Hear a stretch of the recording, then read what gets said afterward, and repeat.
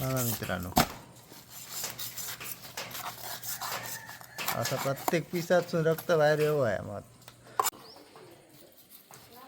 असे मित्रांनो हे बघा, असे तुकडे मारू आहे. काळीज पण बघा कसा मोठा असा फ्राय करून एकदम भारी लागता. नमस्कार मित्रांनो, मी सचिन वगळे स्वागत करते तुमचं माझ्या चॅनलवरती, ज्याचं नाव आहे कोकण फिश लवर. तर मित्रांनो, सध्या मासे बंद आहोत आणि आता नुकतेच होडिये चालू केले.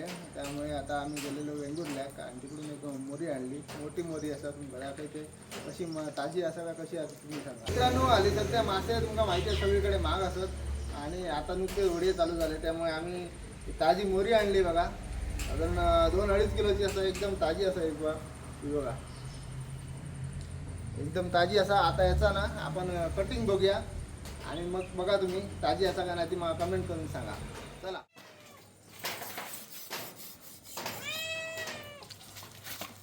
सध्या मांजरा पण मित्रांनो मॅट झालेली असत, त्यांना काय मासे नाही असत. हे बघा आमचं बोकलो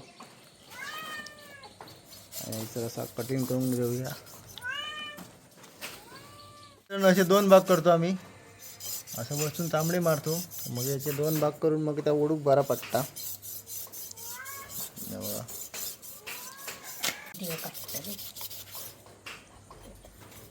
त्यातलं खजिनो काढूया. हे बघा सर, कलेजे असा बघा कसला मोठा.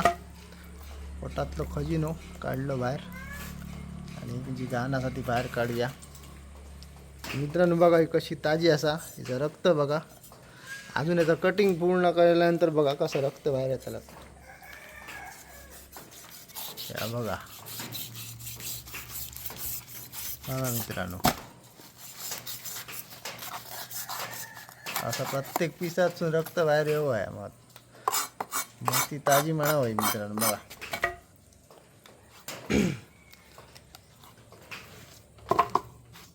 असे मित्रांनो, तुमच्याकडे पण ताजे मासे मिळतात का मला कमेंट करून सांगा आणि खय ताजे मिळतात ते पण सांगा. हे बघा, साधारण ही ना 2.5 किलोच्या आसपास होती वजनीचा या मोरीचा. आता हे असे कट मारून ते दोन्ही साईडने असं ओढल्यानंतर ते सुटले. जरा ही मोरी कापणं पण मित्रांनो जरा एक कला असा, कारण ते सहजासहजी कोणाकडे जमाची नाही ती. आणि ती व्यवस्थित त्याची चांबडी वळण येऊ होई, नाही ती कडक असता, वळणार नाही.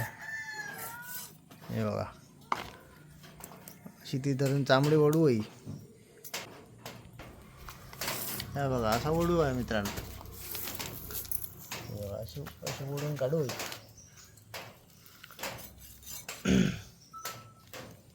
अशी ओढूची लागता.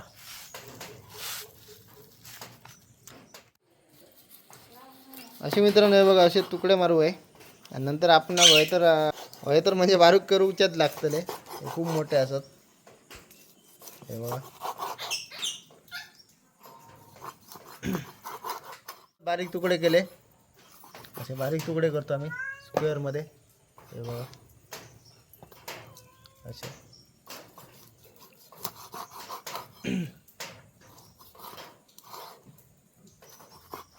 बघा कसली ताजी मोरी आहे बघा. तर रक्त बघा मित्रांनो, एकदम मस्त, एकदम फ्रेश. काळीज पण बघा कसा मोठा असा. फ्राय करून एकदम भारी लागता. आणि फ्राय करताना मित्रांनो याच्यात तेल घालता का म्हणे. तेल घातलं तर अजून तेल सुटतं, सगळ्यात तेल कटत होताला, कारण त्या काळजात ॲटोमॅटिक तेल सुटता. मित्रांनो बघा पोटाकडचा भाग असा असं करू वय असं त्याचा काढू आहे पातळ येताला जरा. पोटा पण तेवढाच महत्त्वाचा. बघा कसा लाल लाल दिसता.